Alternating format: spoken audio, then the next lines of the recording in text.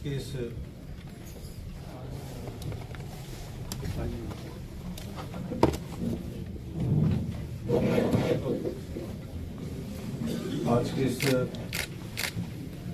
Press conference कार्यक्रम में उपस्थित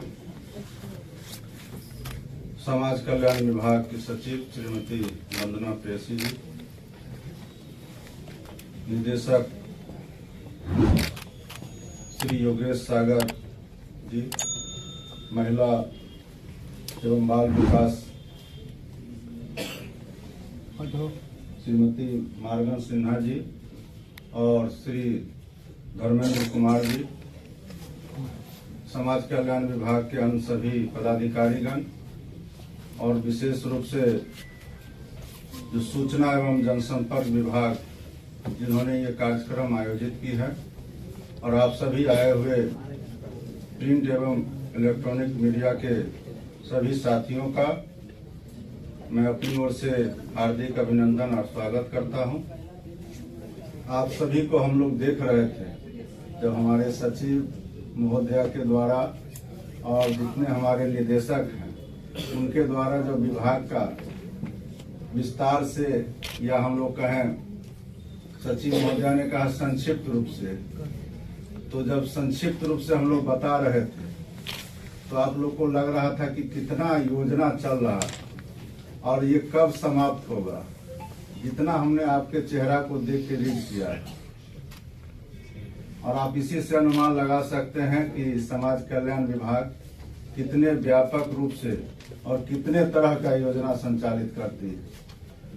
हम लोग को शुरू में लग रहा था कि समाज कल्याण का मतलब लोग सिर्फ आंगनबाड़ी केंद्र से समझते हैं, और आज भी बहुत सारे लोगों को यही लगता है कि यहाँ सिर्फ आंगनबाड़ी केंद्र के माध्यम से बच्चों को लाभ पहुंचाया जाता है, पोषाहार पहुंचाया जाता है। लेकिन आपने देखा कि अलग अलग निदेशालय में कितने तरह का अलग अलग योजना है, और इस योजना में बच्चे भी हैं, गर्भवती महिला है, वृद्धजन है, दिव्यांगजन है, सभी लोग को इसमें शामिल किया गया है और विस्तार से बताया गया है। उसको दोहराने की जरूरत नहीं है।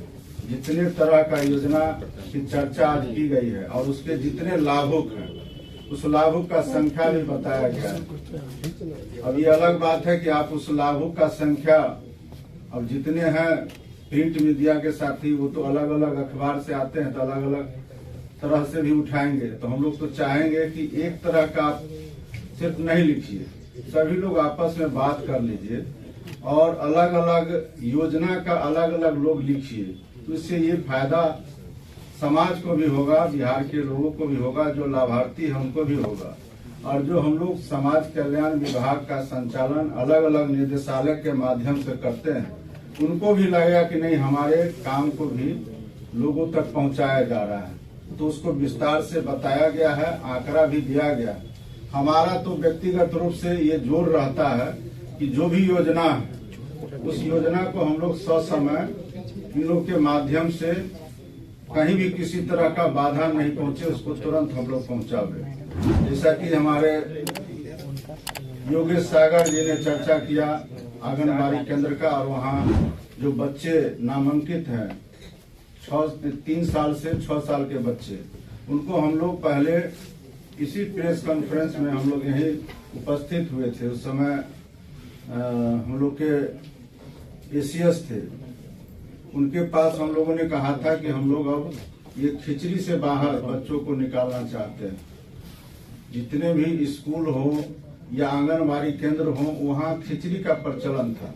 हम लोगों ने हर दिन अलग अलग मेनू के अनुसार उसको खाना देने का प्रावधान किया, और आप जा करके केंद्र पर देख सकते हैं कि वो हर दिन अलग अलग पोषाहार में खाना दिया जाता है। और अभी जैसा कि बताया गया कि माननीय मुख्यमंत्री जी जो अभी भी यात्रा पर निकले हुए हैं, और समाधान यात्रा इससे पूर्व में उन्होंने किया, उस समाधान यात्रा में उनको पता चला और उनको महसूस हुआ कि आंगनबाड़ी केंद्र में बच्चे हैं, उनको अंडा भी दिया जाना चाहिए। तो हम लोगों ने माननीय मुख्यमंत्री जी के निर्देश पर और मार्गदर्शन में और बच्चों को सप्ताह में 2 दिन अंडा भी देने का काम करते हैं, साथ में दूध देते हैं। और यही कारण है कि आज बिहार के अंदर में जो कुपोषण का प्रतिशत है वो घटा है, और इसको और भी हम लोग घटाने के लिए हमेशा प्रयासरत रहते हैं। समाज कल्याण विभाग सिर्फ जन्म से लेकर के मृत्यु तक नहीं, बल्कि जन्म से पूर्व जो बच्चे गर्भ में पल रहे होते हैं उनके लिए भी काम करती है, उनको भी योजना का लाभ पहुंचाने का काम करती है। संख्या आपको बताया गया है 98,95,000।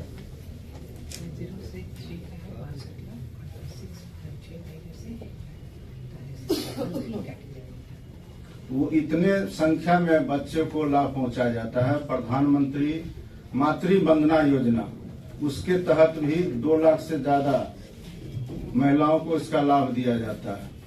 और उसमें जो प्रथम बच्चे होते हैं, चाहे वो बालक हो या बालिका, उसमें 5,000 की राशि दी जाती है। और दूसरे बच्चे अगर बालिका कन्या, तो उसमें 6,000 की राशि दी जाती है। और कन्या जन्म को बढ़ावा देने के लिए ये व्यवस्था किया गया है। कन्या उत्थान योजना के तहत भी जन्म लेने पर 2,000 की राशि और उसका आधार से रजिस्ट्रेशन कराने पर 1,000 की राशि दी जाती है। तो ये सारे काम चल रहे हैं। बुनियाद केंद्र की चर्चा की गई है। बुनियाद केंद्र में और माननीय मुख्यमंत्री जी का, जो आप सभी को मालूम है कि 2020 से 2025 तक उन्होंने कहा था कि हम लोग 10 लाख नौकरी और 10 लाख रोजगार देंगे। तो उसके बदले में उन्होंने लगभग 12 लाख नौकरी और 38,000 रोजगार देने का, 38 लाख रोजगार देने का काम किया है।